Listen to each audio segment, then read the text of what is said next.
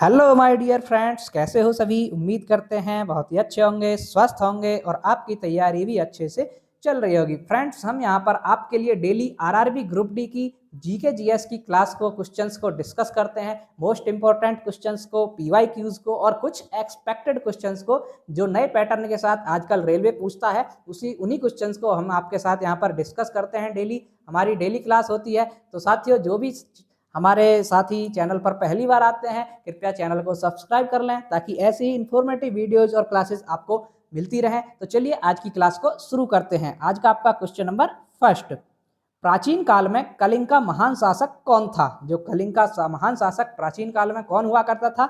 Option A Ajatashatru, B Bindusara, C Kharavela या D मयूर शर्मन।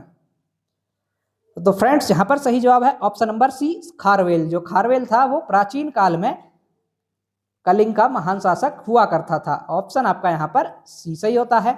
चलिए next question पर चलते हैं। क्वेश्चन नंबर 2, ऐरण अभिलेख का संबंध किस शासक से है? जो ऐरण अभिलेख है उसका संबंध कौन से शासक से है? Option A Brahmagupta, B Chandragupta प्रथम, सी चंद्रगुप्त द्वितीय या डी भानुगुप्त।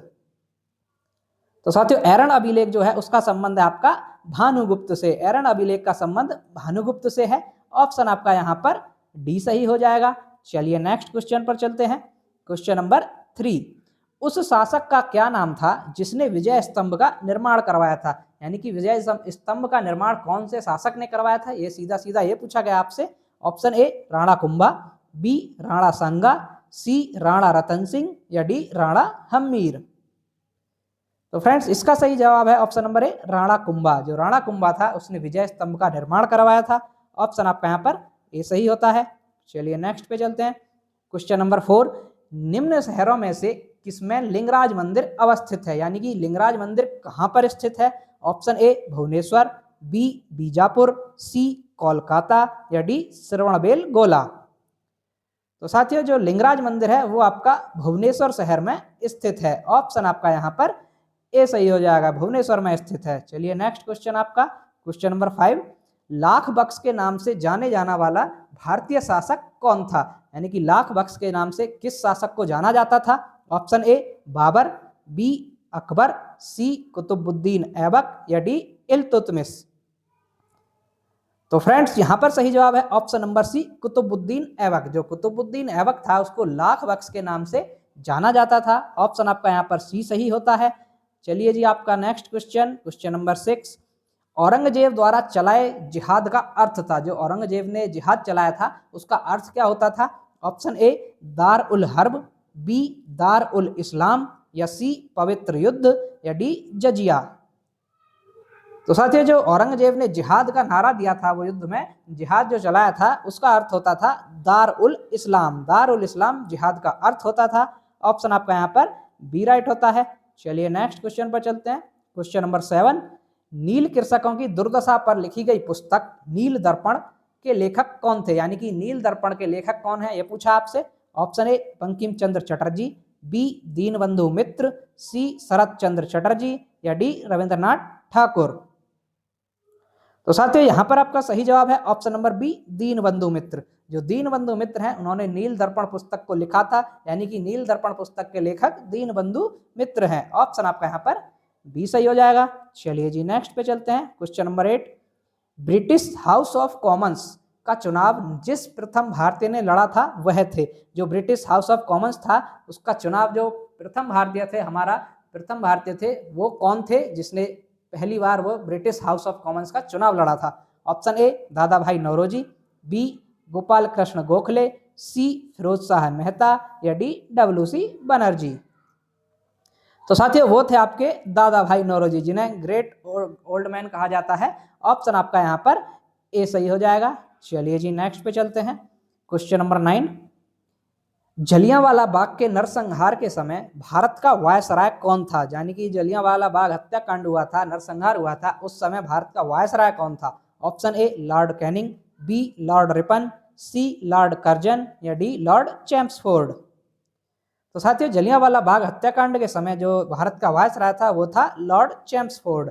जो लॉर्ड चैम्सफोर्ड था वो उस टाइम वहां पर भारत का वायसराय था। ऑप्शन आपका यहाँ पर डी सही होता है।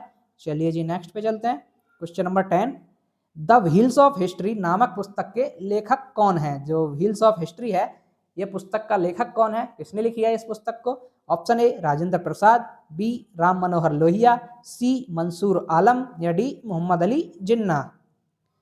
तो फ्रेंड्स यहाँ पर सही जवाब है आपका option number B Ram Manohar Lohia. जो राम मनोहर लोहिया थे, उन्होंने द व्हील्स ऑफ हिस्ट्री नामक पुस्तक को लिखा था। ऑप्शन आपका यहाँ पर बी सही होता है। चलिए जी अगला क्वेश्चन, क्वेश्चन नंबर 11, भारतीय संविधान सभा में महिला सदस्यों की कुल संख्या कितनी थी? यानी कि जो भारतीय संविधान सभा थी उस समय जो उसमें महिला सदस्य थे, जो वो कितनी थी, कितने महिला सदस्य शामिल थे भारतीय संविधान सभा में? ऑप्शन ए 10, बी 12, सी 13 या डी 15। तो साथियों यहाँ पर सही जवाब है ऑप्शन नंबर डी 15। उस टाइम आपका महिला सदस्यों की संख्या 15 थी। ऑप्शन आपका यहाँ पर डी सही होता है। चलिए जी नेक्स्ट पे चलते हैं, क्वेश्चन नंबर 12, भारत का सबसे बड़ा व्यापारिक बैंक है, यानी कि भारत का सबसे बड़ा व्यापारिक बैंक कौन सा है? Option A NABARD, B SBI, C ICICI या डी यूबीआई।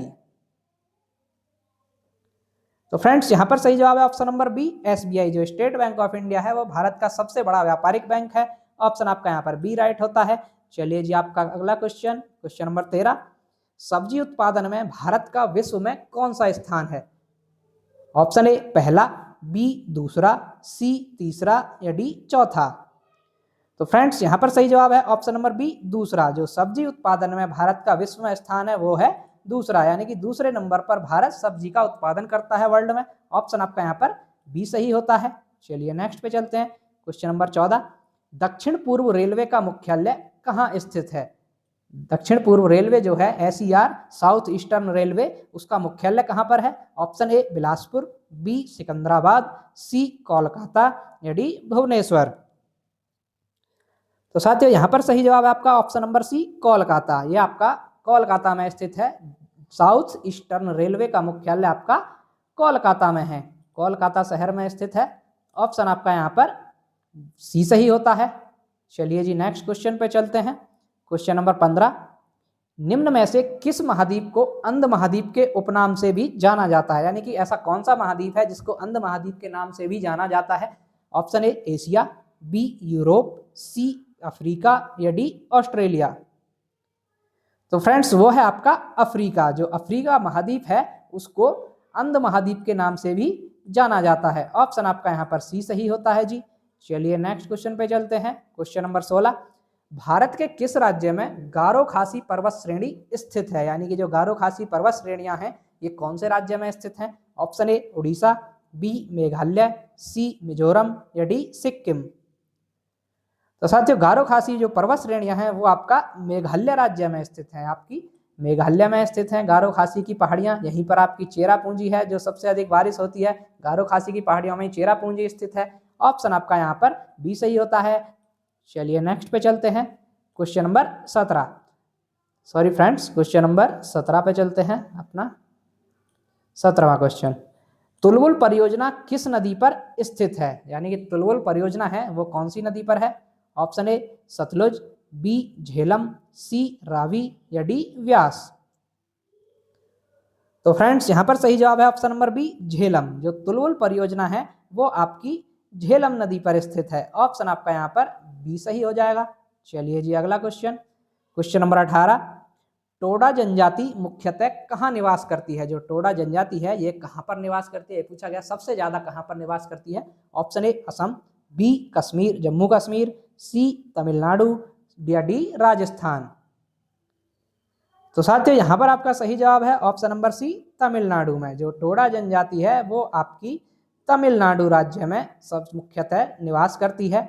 ऑप्शन आपका यहाँ पर सी सही हो जाएगा। चलिए जी अगला क्वेश्चन, क्वेश्चन नंबर 19, दिल्ली स्थित लोटस टेम्पल किस धर्म से संबंधित है? यानी कि दिल्ली में जो आपका लोटस टेम्पल है बड़ा ही फेमस है, वो लोटस टेम्पल कौन से धर्म से संबंधित है ये पूछा गया आपसे। ऑप्शन ए यहूदी धर्म, बी पारसी, सी बहाई या डी हिंदू। तो साथियों जो लोटस टेम्पल है वो आपका बहाई धर्म से संबंधित है, बहाई धर्म से संबंध रखता है। लोटस टेम्पल दिल्ली में स्थित है। ऑप्शन आपका यहाँ पर सी सही होता है। चलिए नेक्स्ट पे चलते हैं, क्वेश्चन नंबर 20, प्रसिद्ध पिंजौर गार्डन कहाँ स्थित है? जो पिंजौर गार्डन है ये कहाँ पर स्थित है आपका? Option A Chandigarh, B Bangalore, C Srinagar या डी नई दिल्ली। तो साथियों यहाँ पर सही जवाब है ऑप्शन नंबर ए चंडीगढ़। जो पिंजौर गार्डन है वो आपका चंडीगढ़ शहर में स्थित है। सबसे प्रसिद्ध है ये पिंजौर गार्डन, चंडीगढ़ शहर में स्थित है। ऑप्शन आपका यहाँ पर ये सही होता है।